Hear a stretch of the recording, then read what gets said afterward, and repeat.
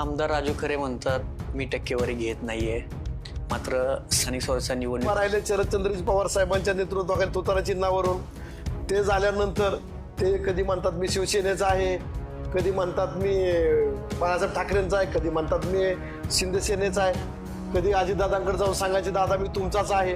म्हणजे नक्की त्या व्यक्तीलाच माहित नाही की आपण निवडून कुठं आलोय, काम कोणाबरोबर करतोय. नेमकं खरं कुणाचे? खरे हे खोटी माणसं सांगतील की खरं कोणाचं आहे. पण एवढी वेळ आमदार राजू खरेंवरती का आली आणि त्यांच्यात काय जाणवलं की ते नेते सोडून चालले एक एक एक? तर विधीच्या कार्यक्रमाला आपण जातो, पण राजकीय स्टेजवरती कधी गेलो नाही आणि यापुढेही जाणार नाही. ते त्यांचं त्यांनी अवलोकन करावं की आपण आमदार राजू खरे यांना कसं जमतं? तर राजू खरे हा कुणाचाच नाही, त्याच्यामुळे तो सर्व ठिकाणी जातो. त्यांनी तर स्पष्टपणे उल्लेख केला होता पंढरपूरमध्ये की मी नावाचा फक्त तुतारीवाला आहे. अहो पवार साहेबांच्या नावाला तुतारीवर जिथं गरज पडते 2029ची निवडणूक मोहोळ मतदारसंघ राखीव असेल नसेल कदाचित ते माहीत नाहीये, तरी देखील आपण सातत्याने मोहोळ मतदारसंघाचा आपण लोकांपुढे जाण्याचा वाचतोय. पण ते आता बी आमदार आहेत. कुठल्याही एक कामातून त्यांनी भ्रष्टाचार उघड करून दाखवावा, मी राजकारण सोडून देईल. कारण खरं तर विधानसभा निवडणुकीत आपला पराभव झाला, त्यानंतर एका वर्षात स्थानिक स्वराज्य संस्थाच्या निवडणुका लागल्या, त्याच्यामध्ये राजन पाटील आणि यशवंत मानेंचा करिश्मा दाखवला गेला आणि जनतेने आपणाला त्यामुळे स्वीकारलं गेलं का? विशेषतः शेतकऱ्यांच्या प्रश्नांबाबत सभागृहामध्ये कोणता मुद्दा शेतकरी दृष्टीने घ्यायचा ते सुद्धा त्या आमदारांना लक्षात आलं पाहिजे. अहो नदीकाठची लाईट 2 तास शेतकऱ्याला मिळते. विरोधक टीका करतात मोहोळ तालुक्यापेक्षा तुम्ही अनगरकडे जास्त लक्ष दिले. मी शेतकऱ्यांचे हालापेष्टा चालल्यात, त्याच्याकडे दुर्लक्ष करून ते फक्त MIDCतल्या रॉयल्टीवरती बोलत आहेत. याच्या व्यतिरिक्त त्यांनी सभागृहामध्ये मुद्दा कुठला मांडलाय का तुम्ही मला एवढं सांगा. शेवटची जी सभा होती त्याच्यामध्ये स्वर्गीय अजित पवार यांनी एक शब्द उच्चारला होता, माझा यशवंता. विरोधक काय बोलत होते की आम्ही ते कुरुला किंवा कामतीला घेऊन जायला पाहिजे, तिकडे सोय होऊन जाईल. मग 2 वर्ष तुम्हाला अडवलं कुणी? 2 वर्ष तुम्हाला कुणी अडवलं की तुम्हाला कुरुला किंवा कामतीला करून द्यायचं नाही म्हणून? तुम्ही म्हणता आम्ही शिंदे साहेबाचा असा आहे, आम्ही तसा आहे, ही आहे ती आहे. तुम्ही काय? तर मोहोळ तालुक्याच्या बस्त्यांचा अनेक प्रश्न रखडला होता, त्याचं काम आमदार राजू खरे यांनी कॉन्क्रिटीकरण केलं. मग आपणाला काय जमलं नाही ते? विद्यमान आमदार राजू खरे गेले आता 2.5 वर्ष होत आले, त्यांच्या कामगिरीकडे कसं पाहता आणि त्यांचं मूल्यमापन कसं करता? आता त्यांचं मूल्यमापन खऱ्या अर्थात त्याच लोकांनी आपला पराभव केला, याचं कुठं मनात शल्य वाटत नाही आपणाला? राजकारणामध्ये अशा काही घटना केल्या नाही ते. मग जे नेते सोबत होते आमदार राजू खरे यांच्या सोबत, ते आता का भांडून दिसत नाही की कुरुल्लासाठी तुम्ही प्रयत्न करा म्हणून का बोलत नाही? जनतेच्या लक्षात आलं की हे फक्त राजनजी पाटील मालक यशवंत मानेला विरोध करायचा म्हणून हे विरोध करत होते. नमस्कार, मी भारत शिंदे, न्यूज इंडिया मराठीमध्ये आपलं स्वागत आहे. शाहरुख खानचा एक प्रसिद्ध डायलॉग आठवतोय, तो म्हणजे हारकर भी जीतने वाले को बाजीगर कहते हैं. मला हा डायलॉग का आठवला तेही सांगणार आहोतच. एखादा उमेदवार निवडणूक हरतो, पण तो परतच लगेचच लोकांमध्ये मिसळतो आणि काम करत राहतोय आणि पुढे त्यांना त्याच यशस्वी फळाचं नक्की भेटतं. त्याच अनुषंगाने आपण आज त्यांच्या मुलाखतीत आपण अशाच एका व्यक्तिमत्वाशी संवाद साधणार आहोत, ज्यांनी मोहोळ तालुक्याच्या राजकारणात आपला वेगळा ठसा उमटवला आहे. जनसंपर्क, संघटन कौशल्य आणि मतदारसंघातील विविध प्रश्नांबाबत सातत्याने भूमिका मांडणारे माजी आमदार यशवंत माने आज आपल्या सोबत आहेत. त्यांच्या राजकीय प्रवासातील अनुभव, त्यांनी केलेली विकास कामे, सध्याच्या राजकीय घडामोडीवरील त्यांची भूमिका नेमकी काय, आगामी निवडणुकांची दिशा, जनतेच्या मनात पडलेले प्रश्न आणि मोहोळ मतदारसंघाच्या भविष्य संदर्भातील त्यांचा दृष्टिकोन जाणून घेण्याचा आपण आज त्यांचा प्रयत्न करणार आहोत. खरं तर यशवंत माने हे नेहमी शांत आणि संयमी स्वभावाचे नेते म्हणून त्यांची ओळख अनेक कार्यकर्ते आजही सांगतात. गावागावात आजही मतदारांशी थेट संपर्क ठेवण्यावर त्यांचा भर असल्याचं दिसून येतं. कार्यकर्त्यांना सोबत घेऊन संघटन मजबूत करण्याची त्यांची शैली असल्याचं समर्थक सांगतात. चला तर मग आज आपण त्यांच्याशीच अनेक प्रश्नांबाबत उलगडा करून त्यांच्याशी आपण बातचीत करूया. आमदार साहेब नमस्ते. नमस्ते. काय सांगाल, आजही आपली मोहोळ तालुक्यात जशी आहे तशी क्रेज आम्हाला पाहायला मिळते? वास्तविक पाहता पाठीमागील 5 वर्षामध्ये जे मतदारसंघामध्ये जी कामं केली आणि मतदारसंघामध्ये सर्वसामान्य कुटुंबापर्यंत जाऊन गावामध्ये भेटून, वाडी असेल वस्ती असेल या ठिकाणी जे जिव्हाळा निर्माण झाला, तो जिव्हाळा आजही टिकून आहे. त्यामुळे आजही मतदारसंघामध्ये फिरताना समाधानाचं वातावरण मला दिसून येतं. जनसंपर्क ठेवून किंबहुना त्याच लोकांनी आपला पराभव केला, याचं कुठं मनात शल्य वाटत नाही आपणाला? राजकारणामध्ये अशा काही घटना घडत असतात. जरी 2024ला त्याच मतदारांनी जरी माझा पराभव केला असला तरी सुद्धा 2019ला त्याच मतदारांनी मला आमदार केलं होतं, हे विसरून चालणार नाही. म्हणून आपण 2019 ते 24 मध्ये काम करायची संधी मिळाली. 24ला काही घटनेमुळं पराभव पत्करावा लावला, परंतु येणारे 24 ते 29 ही 5 वर्ष आपण जनतेमध्ये मिसळून कामं करत आहे आणि करतही राहू. आपण तुम्ही सातत्याने सांगताय, भाषणामध्ये वेळ उल्लेख करताय की मी विकास कामे जे मंजूर केलेले आहेत ते अजूनही 5 वर्ष ते चालत राहतील, असं का वाटतं आपणाला? 100%. कारण काय माहितीये का, महाविकास आघाडीच्या काळात किंवा महायुतीच्या कालावधीमध्ये एवढी कामं आपण मोहोळ विधानसभा मतदारसंघासाठी मंजूर केली होती.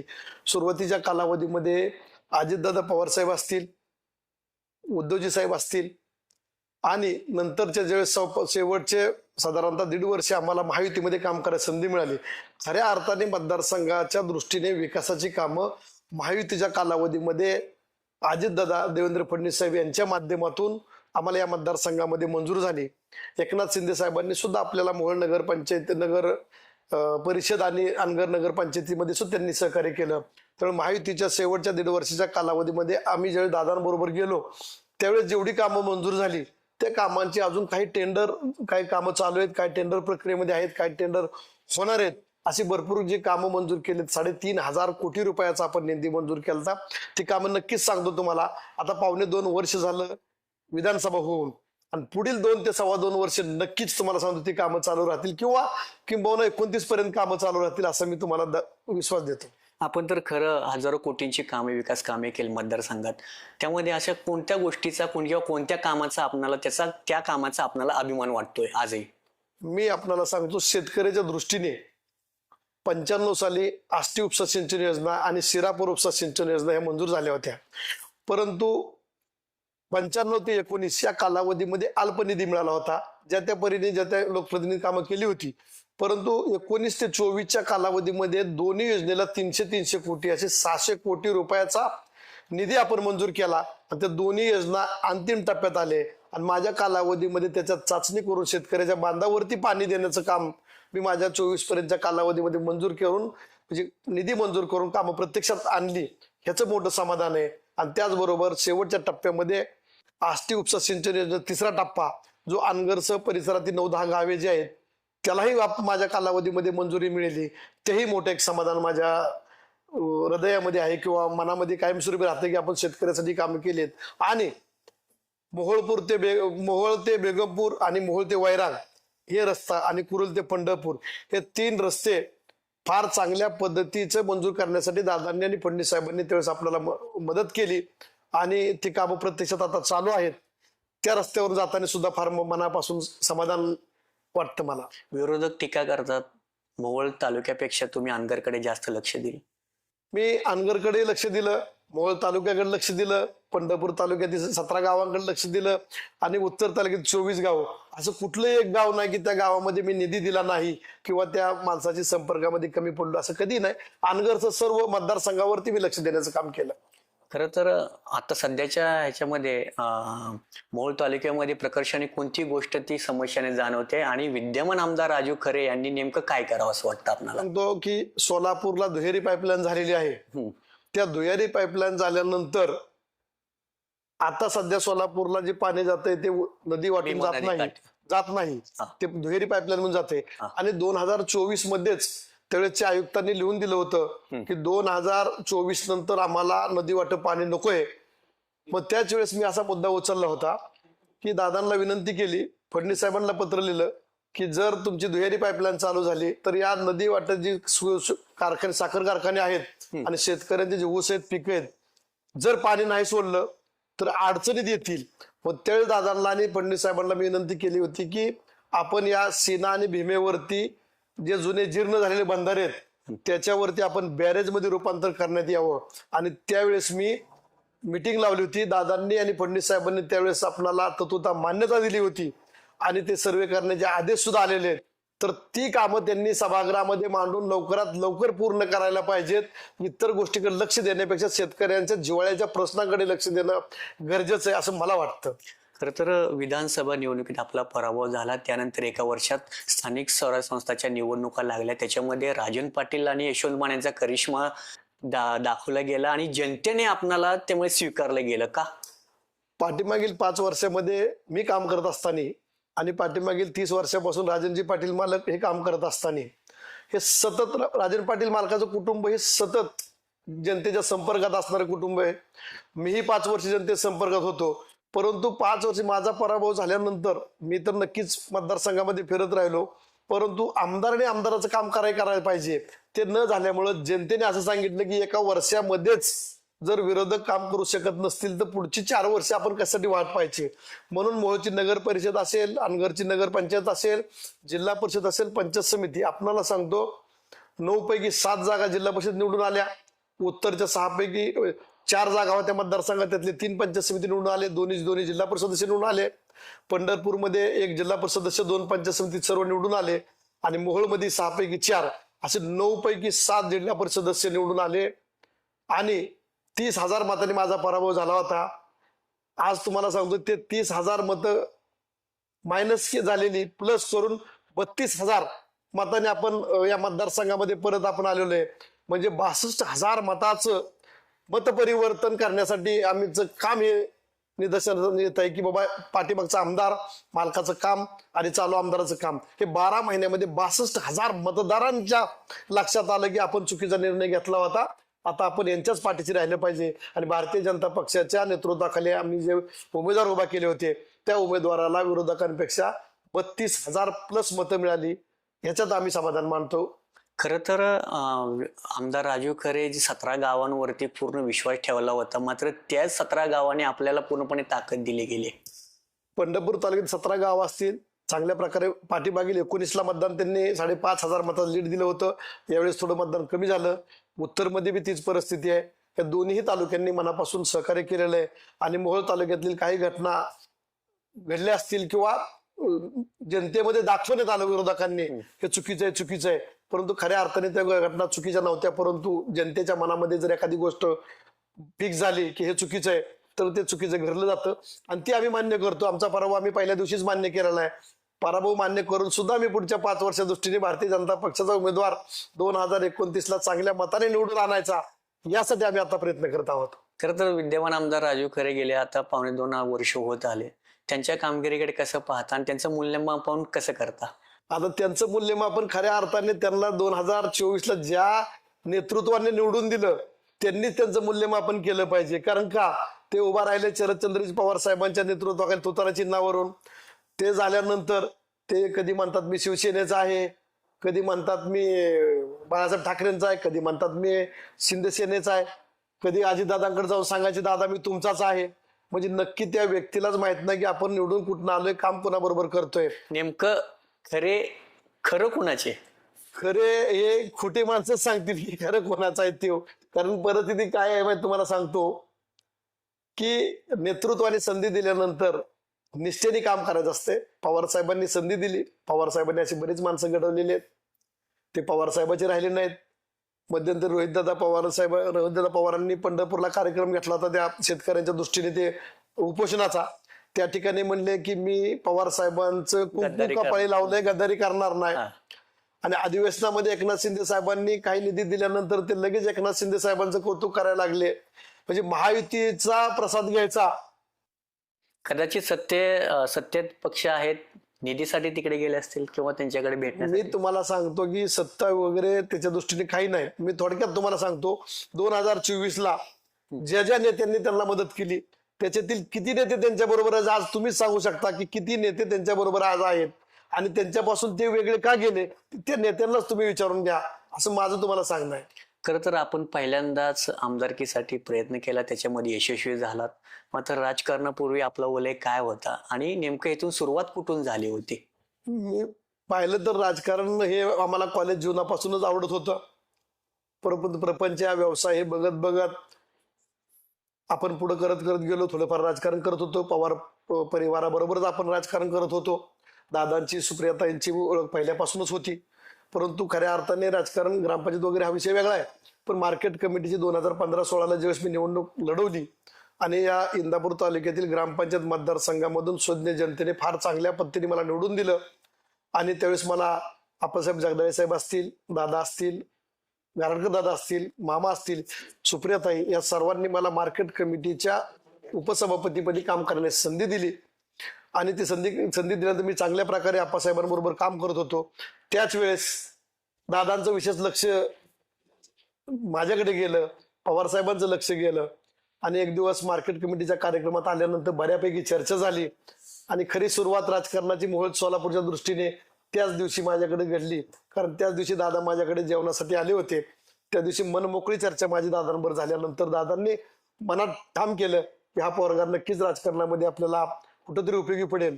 आणि पवार साहेबांच्या माध्यमातून आणि राजनजी पाटील यांच्या माध्यमातून त्याला त्या ठिकाणी मला उमेदवारी देण्याचा प्रयत्न त्यांनी केला. खरं तर शेवटची जी सभा होती त्याच्यामध्ये स्वर्गीय अजित पवार यांनी एक शब्द उच्चारला होता, माझा यशवंता म्हणून. कसं वाटते? दादा आपणाला सांगतो, पहिल्यापासून मला यशवंत कधी म्हटले नाहीत, मला यशवंताच म्हणायचे. म्हणजे त्यांच्या ऑफिसमध्ये असू द्या, मीटिंग मध्ये असू द्या, कुठेही असू द्या. मी तुम्हाला सांगितलं दादा गेल्यानंतर की यशवंत नाव हे पुन्हा बोलणारी व्यक्ती या ठिकाणी राहिलेली नाही. आणि ती कायमस्वरूपी माझ्या मनात राहील, स्मरणात राहील की दादा माझ्यावरती कशा पद्धतीने प्रेम करत होतं हे मोहोळच्या जनतेला सुद्धा माहित आहे. दादांची आपली शेवटची भेट कुठे आणि कशा स्वरूपात झाली होती? दादांची भेट मी शेवटची सह्याद्री गेस्ट हाऊस जे आहे त्या ठिकाणी माझ्या वैयक्तिक कामानिमित्त मी भेटायला गेलो होतो. आणि त्यावेळेस दादांबरोबर माझी सविस्तर चर्चा झाली होती. ती दादांची माझी शेवटची भेट. दादा गेल्यामुळे आपली वैयक्तिक हानी झाली? दादा गेल्यामुळं माझी वैयक्तिक असेल, महायुतीमधील भारतीय जनता पक्ष असेल, राष्ट्रवादी काँग्रेस पक्ष असेल, की सर्वसामान्य सर्व जनतेची नक्कीच याच्यातून काही ना काही गमावल्यासारखं आम्हाला मनापासून वाटते. नक्कीच हानी झालेली आहे. दादा नसल्यामुळे महाराष्ट्राची काय परिस्थिती होती आणि आज दादा असते तर? आपल्याला सांगतो, अर्थ खातं एक चांगल्या प्रकारे चालवणारे उपमुख्यमंत्री म्हणून दादाकडे पाहिलं जायचं. आणि बजेट सादर करत असताना आम्ही जवळून 5 वर्ष पाहिलेलं आहे. फार बारीक अभ्यास करून ते बजेट सादर करत होते. माननीय मुख्यमंत्री देवेंद्रजी फडणवीस साहेबांनी सुद्धा सांगितलं एक अभ्यासू नेतृत्व होतं ते आपल्यातून हरपलेलं आहे आणि त्याची किंमत नक्कीच आपल्याला भोगावी लागेल. ते त्यांचं सुद्धा वाक्य आहे. आम्ही आपल्याला सांगतो की नक्की त्यांची उणीव आपल्याला भासत आहे. कारण ते नेतृत्व असं होतं कुठल्या एका जातीचं नेतृत्व नव्हतं. ते महाराष्ट्रातील सर्वसामान्य जनतेचं आणि सर्व जाती धर्माचं नेतृत्व होतं. त्या व्यक्तीकडे गेल्यानंतर कुठल्या जातीचा आहे, कुठल्या समाजाचा आहे, कुठल्या पक्षाचा, कुठल्या प्रकारे न बघता विरोधकांची सुद्धा काम करणारं नेतृत्व होतं. आणि अशा पद्धतीचं नेतृत्व हरपलेलं नक्कीच आपल्याला वाईट वाटतंय किंवा ते या पुढील कालावधी आपल्याला दिसणार नाही. आमदार राजू खरे म्हणतात मी टक्केवारी घेत नाहीये. मात्र स्थानिक स्वराज्य निवडणुकीमध्ये एक ऑडिओ क्लिप बाहेर पडली होती की तुला एवढे टक्केवारी तुला काढून देतो. आपल्यावरती देखील टक्केवारीचा आरोप केला गेला होता. मी तुम्हाला सांगतो की त्यांनी विधानसभेच्या टायमिंगला टक्केवारीचा आरोप केला वगैरे. मी सांगितलं त्यांना तुम्ही ते बघून घ्या. पण मग आमदार झाल्यानंतर त्यांनी माझ्या टक्केवारीचा विषय काढायला पाहिजे होता. कामावरती म्हणत होते की ते भ्रष्टाचार केला, भ्रष्टाचार केला. तर वास्तविक ते आता बी आमदार आहेत की कुठल्या बी एक कामातून त्यांनी भ्रष्टाचार उघड करून दाखवावा. मी राजकारण सोडून दिलं. कारण कामामध्ये असा भ्रष्टाचार करताच येत नाही. पहिली गोष्ट, जी कामं आम्ही मंजूर केलेत ती कामं तुम्हाला प्रत्यक्ष पाहायला मिळतील. जर कामं केली नसतील तर कुठली मंजूर केली नसतील तुम्ही आम्ही दाखवायला तयार, आज बी दाखवायला तयार आहे. आम्ही जी कामं केली ते आम्ही दाखवतोय. माझ्यावरती कुठल्याही प्रकारचा भ्रष्टाचार आरोप होऊ शकत नाही. त्याच्यावरती भ्रष्टाचाराचा आरोप मी कधी केलेले नाहीत. ते क्लिपा वगैरे आले ते त्यांनी तपासावे की बाबा ते खरं आहे का खोटं आहे. मी त्यांच्यावर आरोप केलेले नाहीत. आरोप करायची गरजच नाही. कारण जे बाहेरूनच कळते त्यात आम्ही बी समाधानी आहेत ते बी समाधानी आहेत. कारण जनता बघती की बाबा पाठीमागे 2.25 वर्षामध्ये 124 म्हणजे तुम्हाला सांगतो 145 गावामध्ये प्रत्येक भागात गेलं तर म्हणतात आमदार आलाच नाही. मग आमदार नक्की असतो कुठं? मोहोळमध्ये असतोय, गोपाळपूरला असतोय का मुंबईला असतो हे त्या जनतेला विचारावं, जनतेने विचारावं. पण मला जनता म्हणतात तात्या तुम्ही 5-5, 6-6 वेळा येऊन गेला पण आमदार तुमच्या अजून आमचा आमदार एकही आलेला नाही चालू आमदार म्हणतात. का म्हणजे मोहोळ मतदारसंघामध्ये का असं त्यांना प्रकाश जाणवते की मला तिकडे गावाला भेटी देऊ वाटत नाही, असं का त्यांना? जनतेमध्ये गेल्यानंतर कसं असतंय, सर्वसामान्य जनतेची कामं सोडवायची ताकद असेल तरच तो नेता जनतेत जाऊ शकतो. आणि तुमच्या त्या शब्दाला तेवढी पुढे किंमत पाहिजे. ते सध्या बोलता सत्यते वास्तविक पाहतात त्या दृष्टीने ते सत्तेत नाही आहेत आणि त्यांच्या कामाला शब्दाला पुढे किंमत नाही, त्याच्यामुळे ती जनतेत जात नाही. 1.5 वर्षापूर्वी झालेल्या 2 वर्षापूर्वी निवडणुकीत सर्व नेते एकत्रित होते. आता मात्र एक एक निघून चालले, किंबहुना त्यांचं बोलणं देखील नाही असं देखील समजतं. का पण एवढी वेळ आमदार राजू खरेंवरती का आली आणि त्यांच्यात काय जाणवलं की ते नेते सोडून चालले एक? वास्तविक पाहता राजनजी पाटील मालक व मला विरोध करण्यासाठी सर्व नेते मंडळी एकत्र आली होती आणि त्यांनी त्यांचं काम केलं. त्या नेत्यांनी किंवा मतदारांनी त्यांना निवडून दिलं, परंतु निवडून आल्यानंतर या नेत्यांबद्दल त्यांनी जे स्टेटमेंट केली ते मध्यंतरी व्हायरल बी झाले, कोणा व्हिडिओ किंवा कोणाला कुठल्या काळ्या किंवा इतर गोष्टी नावाने त्यांनी संबोधिलं. त्यामुळे त्या नेत्यांना किंमत दिली नाही. वास्तविक आम्ही सर्वसामान्य माणसाचा फोन आता उचलतो, त्या नेत्यांचेही त्यांनी फोन उचलले नाहीत. त्यामुळे नेते आपोआपच बाजूला सरकत गेले. त्यांच्यात लक्षात आलं की आपण चुकीच्या माणसाला निवडून दिले. पण खऱ्या अर्थाने त्यांना ज्यांनी मदत केली ते बरेच जण मला फोन करून म्हणतात, तात्या चुकलं आमचं, आम्ही तुम्हाला विरोध केला, परंतु येणाऱ्या कालावधीमध्ये नक्की आम्ही ते दुरुस्त करू. अशा पद्धतीचे त्यांच्या नेते मंडळी मला फोन येतात. ते त्यांनीच अवलोकन करणं गरजेचं आहे की त्यांच्या बरोबरचे सर्व नेते मंडळी बाजूला का चाललेत ते. खरं तर 2029ची निवडणूक मोहोळ मतदारसंघ राखीव असेल नसेल कदाचित ते माहित नाहीये, तरी देखील आपण सातत्याने मोहोळ मतदारसंघाचा आपण लोकांपुढे जाण्याचा सातत्याने प्रयत्न करताय. मला सांगतो 2019ला 91,000 जवळजवळ आणि 24ला 96,000 जवळजवळ मतदारांनी मला मतदान दिले. पराभव झाला म्हणून घरात बसणं हे योग्य नाही. त्या 96,000 मतदारांपर्यंत पोहोचणं किंवा त्यांची कामं करणं ही तर आपली जबाबदारी आहे. मग 24 ते 29 आपण त्या जनतेची कामच करायची. आपण 29ला रिझर्व्हेशन असू नाहीतर नसू, भारतीय जनता पक्षाचा जो उमेदवार असेल त्या उमेदवाराला निवडून आणण्याचं काम हे आपण करायचंय. म्हणून मी पहिल्या दिवसापासून आजपर्यंत किंवा पुढील 29 पर्यंत मी त्या मतदारसंघामध्ये काम करत राहणार आणि भारतीय जनता पक्षाचा ध्वज त्या मतदारसंघावर फडकल्याशिवाय आपण शांत राहायचं नाही. कारण या मतदारसंघाला किंवा या महाराष्ट्र राज्याला जे नेतृत्व आपल्याला देवेंद्रजी फडणवीस साहेबांचं मिळालंय, एक भक्कम सशक्त असं नेतृत्व आहे, अभ्यासू नेतृत्व आहे. त्यांचे विचार आपल्याला पूर्ण गावामध्ये पोहोचवण्यासाठी आपण काम करतोय आणि सर्व मतदार भारतीय जनता पक्षाचे मतदारसंघातील नेते मंडळी, पदाधिकारी, जिल्हा परिषद सदस्य, नगरसेवक, पंचायत समिती सदस्य हे सर्वजण काम करतात. आणि तुम्हाला खऱ्या अर्थाने सांगतो, राजनजी पाटील मालक किंवा त्यांची दोन्ही मुलं बाळाराजे किंवा अजिंक्य पाटील हे मला मोठ्या भावासारखे समजतात आणि त्याच पद्धतीने आम्ही एकत्रितपणे काम करत राहतो. मग ज्यांनी मला मदत केली ती माणसं बरोबर माझ्या बरोबर आहेत आणि विरोधी आमदार म्हणून जर निवडून आला त्याच्यावर ते माणसं का नाही त्याचं अवलोकन करणं गरजेचं. तुम्ही मला सांगा, ज्यांनी मला मदत केली त्यातला एकही माणूस बाजूला गेलाय का किंवा मला विरोध करतोय का, तुम्ही समजून घ्या. ही राजकारणातली पद्धत आहे. खरं तर आपण भाजप पक्षात आहात. एखाद्या मोहोळ मतदारसंघामध्ये किंवा सोलापूर जिल्ह्यामध्ये एखाद्या विरोधक असलेल्या पक्षामध्ये कार्यक्रम असेल, सभे असेल, त्या ठिकाणी आपण जाणार आहात का? जसं की आमदार राजू खरे हे विरोधक जरी असले तरी स्टेजवरती पाहायला मिळतात. मी भारतीय जनता पक्षाच्या स्टेज व्यतिरिक्त कुठल्याही स्टेजवरती गेलो नाही, यापुढेही जाणार नाही. वैयक्तिक जे सुखदुःखाचे कार्यक्रम असतात त्याच्यामध्ये राजकारण न करता आपण त्या ठिकाणी लग्न कार्य किंवा इतर विधीच्या कार्यक्रमाला आपण जातो, पण राजकीय स्टेजवरती कधी गेलो नाही, यापुढेही जाणार नाही. ते त्यांचं त्यांनी अवलोकन करावं की आपण आमदार राजू खरे यांना कसं जमतं? तर राजू खरे हा कुणाचाच नाही, त्याच्यामुळे तो सर्व ठिकाणी जातो. त्यांनी तर स्पष्टपणे उल्लेख केला होता पंढरपूरमध्ये की मी नावाचा फक्त तुतारीवाला आहे. अहो, पवार साहेबांच्या नावाचा तुतारीवर जिथं गरज पडते त्या ठिकाणी करतो, इतर वेळी तो इतर पक्षांबरोबर जात असतोय. त्यामुळे त्याचं पक्ष आहे काय निष्ठा किंवा पक्ष त्याचा कुठलाही नाही, त्या पद्धतीने ते काम करत राहतात. तो त्यांचा विषय आहे. त्यांनी कुठं जायचं, कुठं राहायचं, काय करायचं त्याच्याबद्दल आपलं दुमत नाही. पण मी फक्त भारतीय जनता पक्षाच्या स्टेजवर जातो. खरं तर मोहोळ तालुक्याच्या बस्त्यांचा अनेक प्रश्न रखडला होता. त्याचं काम आमदार राजू खरे यांनी कॉन्क्रिटीकरण केलं. मग आपणाला का जमलं नाही ते? मी आपल्याला सांगतो, मोहोळ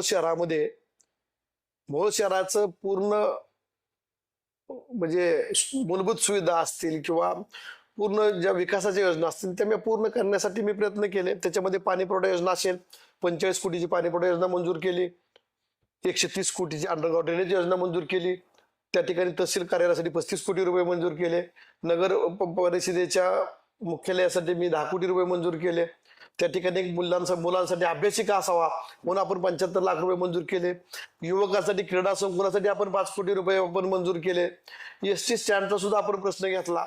आपण त्यावेळी दादांच्या माध्यमातून कलेक्टरकडे आम्ही मिटिंगही लावली होती, परंतु त्या ठिकाणी एक सुसज्ज असं बस स्थानक निर्माण करण्यासाठी जागा कमी पडत होती. कारण त्या ठिकाणी पुणे सोलापूर रोड आणि मोहोळ ते पंढरपूर रोड या दोन्ही रोडमध्ये बस स्थानकाची जागा बऱ्यापैकी ऍक्विशन झाली. रोडमध्ये गेल्यामुळं त्यांना जागा कमी पडत होती. तर मी मागणी केली होती की जर पीडब्ल्यूडीची जागा पाठीमागे अर्धा पाऊण एकर आपल्याला मिळाली तर एक चांगल्या प्रकारचं बस स्थानक होऊ शकतं. की बस स्थानक बांधणं म्हणजे फक्त सर्क्युलेटी कॉन्क्रीट करणे हा विषय नव्हता माझा. मला बस स्थानक करून वरती कॉम्प्लेक्स करायचं होतं की तरुण मुलांना त्या ठिकाणी कमर्शियल कॉम्प्लेक्स भाड्याने देण्यासाठी अशा पद्धतीचं आपलं नियोजन चाललं होतं. आणि आपण त्या ठिकाणी कलेक्टरला मिटिंग घेतली होती. दादांनी कलेक्टरला आदेशही दिले होते, परंतु त्या कालावधीमध्ये नंतर आपला पराभव झाल्यानंतर तो विषय पाठीमागे पडला. खरं तर आमदार राजू खरेंनी काँक्रिटीकरण केलं, मात्र त्यांच्या जाहिरातीमध्ये सुसज्ज असं इमारत दाखवले गेले आहे आणि तो आम्ही आमच्या काळात झाला असं दाखवलं गेलं त्यांनी. वास्तविक पाहता ते काँक्रिटीकरण झाले 100% झाले, त्याच्याबद्दल दुमत नाही. पण पाठीमागे जी इमारत दाखवली ती त्यांनाच माहिती आहे की कुठल्या आकाराची इमारत दाखवली. ती मोहोळची तर इमारत नाही, मला माहिती आहे, कारण मी दररोज मोहोळला जातोय. तेव्हा ती आकाराची इमारत नाही, तर ती कुठली तरी डुप्लिकेट दाखवून ती जाहिरातबाजी केली, ती चुकीच्या पद्धती झाली. असं करू नये. जे केलं ते केलं म्हणावं, जे नाही ते नाही म्हणावं. ती आमचा धर्म आहे, आम्ही ती मान्य करतो. खरं तर आपण कोट्यावधी विकास कामे आणली ती आज देखील तागायत आहेत. असा कुठला विकास कामेमध्ये आमदार राजू खरेंनी नारळ फोडला आहे का? त्यांनी पानंद रस्त्याचं कुठंतरी नारळ फोडलं असं दिसतंय मला. पाठीमागच्या ह्याच्यातले ती कामं कुठेही झालेली नाहीत. असं विकास कामाचं भरीव आता त्यांनी अजून तरी कुठं नारळ फोडलेलं नाही, पण माझ्या माहिती कुठेतरी मुरुम टाक काय कर खडीकरण कर असले कुठेतरी 4 नारळ फोडलेले. रोहित पवार यांच्या अन्नदायी आंदोलनामध्ये त्यांनी एक विधान केलं होते की येणाऱ्या पावसाळ्याच्या अधिवेशनमध्ये मी सरकारला सोळो की पळो करणार असल्याचं त्यांनी एक बोललं होतं, विधान केलं होतं. मात्र अधिवेशन संपलं तरी देखील सरकारला सोळो केलं नाही ना पळो केलं नाहीये. काय सांगाल एकंदरीत मी आपल्याला शेतकऱ्यांच्या विशेषतः शेतकऱ्यांच्या प्रश्नांबाबत? सभागृहामध्ये कोणता मुद्दा शेतकरी दृष्टीने घ्यायचा ते सुद्धा त्या आमदाराला लक्षात आलं पाहिजे. अहो, नदीकाठची लाईट 2 तास शेतकऱ्याला मिळते. उजनीची एक पाळी तुम्हाला सांगतो, याच्यात नदीतून जाणारी पाळी तुम्हाला शेतकऱ्याला देता आली नाही. म्हणजे आपण जी 3 पाळ्या घेतो दरवर्षी त्यातली एक पाळी मिळाली नाही. शेतकऱ्यांची हालापेष्टा चालल्यात. त्याच्याकडे दुर्लक्ष करून ते फक्त MIDCतल्या रॉयल्टीवरती बोलत आहेत. याच्या व्यतिरिक्त त्यांनी सभागृहामध्ये मुद्दा कुठला मांडलाय का तुम्ही मला एवढं सांगा. आणि ते तालिका अध्यक्ष बी आहेत का? पण गेल्या वेळेस देखील त्यांनी MIDCचा मुद्दा घेतला होता. आताच्या अधिवेशनात देखील MIDCचा मुद्दा घेतला का? एवढं MIDCच्या पाठीमागे असं काय आहे की त्यांनी सातत्याने ते वारंवार अधिवेशनामध्ये प्रश्न विचारतात? ते नेहमी म्हणायचे ना काहीतरी मलिदा वगैरे म्हणायचे, विरोधक इलेक्शनच्या टायमिंगला मलिदा वगैरे नेहमी काढत राहायचे, ते विषय काढायचे. मग त्या ठिकाणी त्यांच्या काहीतरी हाताला लागणार आहे असं काहीतरी दिसत असेल, कुणाला तरी ब्लॅकमेलिंग करायचं की खरा विषय ती मला माहिती, एवढं माहिती नाहीये की ते जे बोलतात ते खरा आहे का खोटा, मी त्याच्याबद्दल बोलणार नाही. परंतु ते विषय त्यांनी घेऊ द्या. त्याच्या व्यतिरिक्त मतदारसंघातील बरेचसे असे प्रश्न आहेत की बाबा मी तुम्हाला सांगितलं सीनेवरती भीमेवरती बॅरेजेस बांधायचे, तो विषय घेतला पाहिजे. बऱ्याच ठिकाणी 2 गावं जोडण्यासाठी पुलाची निर्मिती करायची, ते विषय घेतले पाहिजेत. परत ग्रामीण भागामधील रस्त्यांचे विषय घेतले पाहिजेत. परत तुम्हाला सांगतो सबस्टेशन मी मंजूर केले, तुम्हाला सांगतो 9 सबस्टेशन मी मंजूर केले, त्याला निधी आणला पाहिजे. उपजिल्हा रुग्णालय मी मोहोळमध्ये केलेलं आहे, ती मंजूर केल्यावर जागा बघून त्या ठिकाणी तुम्हाला चांगली सुसज्ज इमारत बांधता येईल, ते तुम्ही केलं पाहिजे. त्या ठिकाणी नरखेडला सुद्धा उपजिल्हा रुग्णालय झाले, त्याच्यासाठी बांधकाम केलं पाहिजे. ज्या ज्या ठिकाणी प्राथमिक आरोग्य केंद्र झाले ते निर्माण केले पाहिजेत. बऱ्याचपैकी शेतकऱ्या दृष्टीने किंवा विद्यार्थ्यांच्या दृष्टीने तुम्ही कामं करू शकता, पण ते कामं करायची अंगात धमकच नाही तर तुम्ही बोलणार कुणाला? मग अशा एका दुसऱ्या मतदारसंघामध्ये दिसण्यासाठी एखादा प्रश्न उपस्थित करायचा म्हणून हा प्रश्न उपस्थित केलाय. गृहीत धरून धरा ना, शिरापूर योजना, उपसिंचन योजना, आष्टी योजना, त्याचे उर्वरित काम आहे, त्यासाठी तुम्ही पैसे आणा, त्यासाठी तुम्ही बोला, झगडा, शेतकऱ्याला लोकार्पण करा ना. ज्या त्या आमदाराचं काम आहे 95 ते 19 पर्यंत त्या आमदारांनी त्यांच्या पद्धतीने कामं केली. मी दादांच्या फडणवीस साहेबांच्या माध्यमातून मी माझ्या पद्धतीने ज्यादा काम करण्याचा प्रयत्न केला. अशाच पद्धतीने तुम्ही कामं करा. 2 वर्ष वापट गेली या मतदारसंघाची, 2.5 वर्ष. त्यामुळे हे तुमचं आमचं सर्वांचंच नुकसान आहे. खरं तर मोहोळ मतदारसंघासाठी आता आमदार राजू खरे यांनी 330 कोटीचा निधी रस्त्यासाठी आणला गेलाय, कसं पाहता? नाही, मी जाहिरात त्यांची पाहिली किंवा बजेट बुकला त्यांनी मगरवाडी ते तो जो रस्ता घेतलेला आहे 303 कोटीचा त्यांना निधी मंजूर आहे असं त्या ह्याच्यामध्ये आहे. त्यांचं त्याबद्दल मी नक्कीच सांगेल की ती बरोबर आहे, चुकीचं नाही. तर उगीच आमदार विरोधात आहे म्हणून मी तक्रार करणार नाही किंवा त्यांच्यावरती विरोध दर्शवणार नाही. त्यांनी ती काम मंजूर केलेलं आहे, येणाऱ्या कालावधीमध्ये त्यांना काम नक्कीच होऊन जाईल.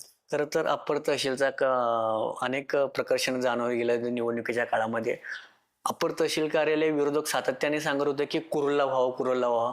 मात्र उत्तर सोलापूर तालुक्यामध्ये आता सध्या झालेलं आहे आणि त्यांचंच पत्र आमदार राजू खरे यांच्या पत्रावरती झालं असं त्यांचं विधान आहे.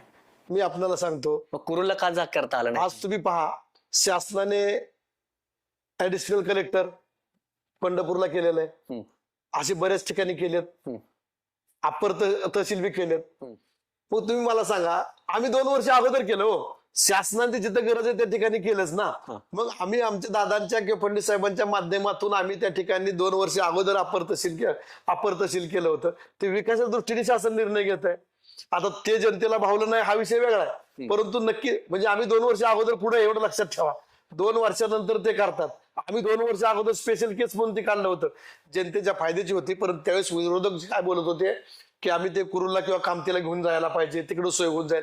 मग 2 वर्ष तुम्हाला अडवलं कुणी? 2 वर्ष तुम्हाला कुणी अडवलं की तुम्हाला कुरुला किंवा कामतीला करून द्यायचं नाही म्हणून? तुम्ही म्हणता आम्ही शिंदे साहेबाचा असा आहे, आम्ही तसा आहे, ही आहे ती आहे. मग तुम्ही का केलं नाही ते? मग जे नेते सोबत होते आमदार राजू खरे यांच्या सोबत, ते आता का भांडून दिसत नाही की कुरुललासाठी तुम्ही प्रयत्न करा म्हणून का बोलत नाही? जनतेच्या लक्षात आलं की हे फक्त राजनजी पाटील मालक यशवंत मानेला विरोध करायचा म्हणून हे विरोध करत होते, म्हणून त्यावेळेची परिस्थिती निर्माण झाली आणि वेगळा निर्णय जनतेने घेतला. तो जनतेने घेतलेला निर्णय आम्हाला मान्य आहे, परंतु त्याच जनतेने एक 12 महिन्यानंतर स्वतःचा मतपरिवर्तन करून त्यांनी झेडपी नगरपालिका पंचायत समितीला दाखवून दिलं की आमचा जो निर्णय चुकलेला आहे तो आम्ही पुन्हा वापस घेतोय आणि तुम्हाला साथ देतोय की तुमच्याशिवाय आमचा विकास कोण करू शकत नाही. आणि त्या पद्धतीने 62,000 मतदारांचं मतपरिवर्तन झालं. याच्यातच आपण समाधान मानूया. जिल्हा परिषदमध्ये दोन्ही भावांना म्हणजे उमेश पाटील असतील किंवा संतोष पाटील यांचा पराभव झाला गेलाय. नाही, वास्तविक पाहता ते सर्वजणच होते अप्पर तहसीलच्या विरोधामध्ये किंवा राजू खरेंवरला पाठिंबा देण्यासाठी. आता राजू खरेचं बी काम नाही आणि ह्यांचं बी काम नाही. जनतेला किती वेळ लागतो? 10 तुम्ही चांगली कामं करा, एक चुकीचं काम झालं की जनता दाखवून देते. त्याच्यामुळे त्यांच्या हातून विकासाची कामं होत नाहीत असं लक्षात आल्यानंतरच जनतेने मतपरिवर्तन करून भारतीय जनता पक्षाच्या कॅन्डिडेटला निवडून दिलं. आगामी मोहोळ मतदारसंघासाठी कोणता प्रश्न आपण येणाऱ्या काळात आपण घेणार आहात आणि दिशा काय असणार आहे एकंदरीत? मी आपल्याला सांगतो, भारतीय जनता पक्षाच्या माध्यमातून सर्व विषयामध्ये आम्ही लक्ष घालून आहे. आम्ही जिल्हा नियोजन मंडळ असेल, तुम्हाला सांगतो मुख्यमंत्री ग्राम सडक योजना असेल, परत तुमची पाणीपुरवठा योजना असतील, छोटे मोठे रस्ते असतील, पानंद रस्ते असतील, या सर्वच माध्यमातून आम्ही काम करतो. सत्तेत आम्ही आहे, मोठा पक्ष आहे, मुख्यमंत्री आमचा आहे, पालकमंत्री आमचा आहे. त्यामुळे तुम्ही पाठीमागे पाहिलं, गेल्या वर्षी सुद्धा जिल्हा नियोजन मंडळामधून पालकमंत्री गोरे साहेबांनी फार मोठ्या प्रमाणावरती निधी दिला गेलेला आहे. आता त्यांनी मुख्यमंत्री ग्राम सडक योजनेमध्ये कॉन्क्रीटचे रस्ते सुद्धा देणार आहे म्हणून सांगितले. आम्ही पत्र त्यांच्याकडे दिलेत. येणाऱ्या कालावधीमध्ये सर्व आमदारांबरोबर आमच्या सुद्धा मोहोळ विधानसभा मतदारसंघामध्ये निधी देण्याचे त्यांनी मान्य केलेलं आहे. तर हे होते माजी आमदार यशवंत माने यांच्याबरोबर आपण बातचीत केली आहे. त्याच्यामध्ये प्रकर्षाने आमदार राजू खरे यांनी येणाऱ्या काळात काय करावं आणि काय करू नये हे देखील त्यांनी सूचना केली आहे. मात्र याचं अवलोकन आमदार राजू खरे करतात का ते देखील पाहणे तेवढंच महत्वाचं असणार आहे. कॅमेरामन अक्षयसह भारत शिंदे, न्यूज इंडिया, मोहोळ.